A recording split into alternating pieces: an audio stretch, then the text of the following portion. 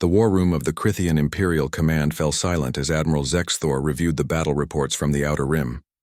His four eyes blinked in rapid succession, a sign of deep confusion among his species.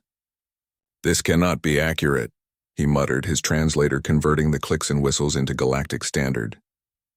Commander Velza approached cautiously. "Sir, I've verified the data 3 times. The human fleet we engaged at Proxima Station, it was merely a patrol group." Zexthor's mandibles clacked together sharply. "A patrol group destroyed 12 of our battlecruisers?" The Crithian Empire had dominated this sector of the galaxy for 4,000 cycles. They had crushed the silicon-based Vexnar, absorbed the aquatic Dilmari, and made tributaries of 47 lesser species.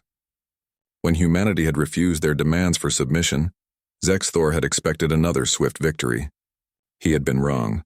3 months earlier, the human colony of New Tehran had been the Empire's first target. Intelligence suggested it was a farming world, lightly defended. Zexthor had dispatched a standard occupation force, enough to overwhelm any reasonable resistance. The force never returned. Isla Chen sat in the tactical center of the UNSC Indomitable, studying the holographic display with sharp brown eyes. Her black hair was pulled back in a practical bun, and her uniform bore the insignia of a rear admiral, young for the rank. But humanity's rapid expansion had created opportunities for the brilliant and bold. "They still don't understand," she said to her tactical officer, Neo Okafor, who stood beside her reviewing casualty reports. Neo, a tall man with dark skin and calculating gray eyes, nodded slowly. "They think New Tehran's defense force represented our military capacity.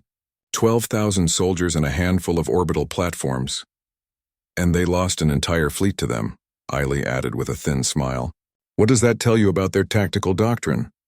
"That they're used to winning through overwhelming force rather than strategy," Neo replied. "They expected us to collapse like the others." Eiley had studied the Crithian campaigns extensively. The Empire's approach was brutally simple. Identify a target, calculate the minimum force required to guarantee victory, then triple it. Against most species, this resulted in rapid capitulation with minimal Imperial losses. But humanity had a different relationship with warfare. "Pull up the fleet deployment roster," Isla commanded.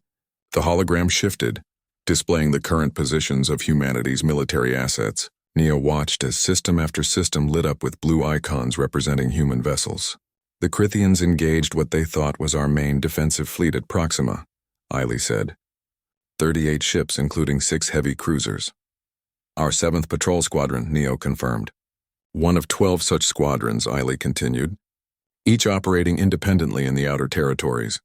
And behind them," the display zoomed out, revealing the inner systems. Hundreds, no, thousands of blue icons appeared. Battleships, carriers, dreadnoughts, and support vessels. The full might of the United Nations Space Command. 73 full battle groups, Neo said quietly. Over 4,000 combat-ready vessels, not counting system defense forces or the reserve fleet. Eiley leaned back in her chair, and they thought 38 ships was our full commitment to defending a border region. Admiral Zexthor was beginning to understand his mistake, though the full scope still eluded him. After the disaster at Proxima, he had committed a full war fleet. 300 ships representing nearly a quarter of the Empire's mobile forces. They had encountered 92 human vessels at the Helios Junction. The battle had been catastrophic. The humans fought with a ferocity and tactical flexibility that stunned the Crithian commanders. They used unconventional maneuvers, sacrificed smaller ships to create openings for devastating strikes, and seemed to anticipate every Imperial tactic. When the surviving Crithian ships limped home, they had lost over half their number. The humans had lost 27 vessels. "How many ships do they have?" Zexthor demanded, his voice carrying a note of desperation. No one in the war room could answer. Isla stood on the bridge of the Indomitable as the massive vessel prepared to join the main fleet. Around her flagship, 17 other capital ships moved into formation. This was Battle Group 7, one of the UNSC's premier strike forces. "Admiral, we're receiving transmission from Fleet Command," Neo reported. "All battle groups are to proceed to Rally Point Omega. We're going on the offensive." Isla felt a cold satisfaction settle over her. Humanity had spent 3 generations preparing for contact with hostile alien life. They had studied every military conflict in human history, distilled every lesson in strategy and tactics, and built a war machine designed for one purpose: survival against existential threats. The Crithian Empire had mistaken restraint for weakness. "Helm set course for Omega," Eiley ordered. "Maximum burn." As the Indomitable accelerated, Neo pulled up the final deployment orders. His eyes widened slightly. "Isla, they're committing 62 battle groups to the offensive." She nodded. "The Crithians control 400 systems. We'll need that many to prosecute a multi-front campaign effectively." "That's over 3,000 ships," Neo breathed. "When they see this, they'll understand what we've been trying to tell them," Eiley finished. "That patrol squadron at Proxima? Those border defense forces? We were giving them a chance to reconsider. We were being merciful." The tactical display updated as battle groups from across human space began their synchronized movements.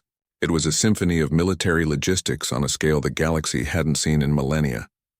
Neo pulled up the latest intelligence on Crithian fleet positions. Their military doctrine doesn't account for defensive warfare.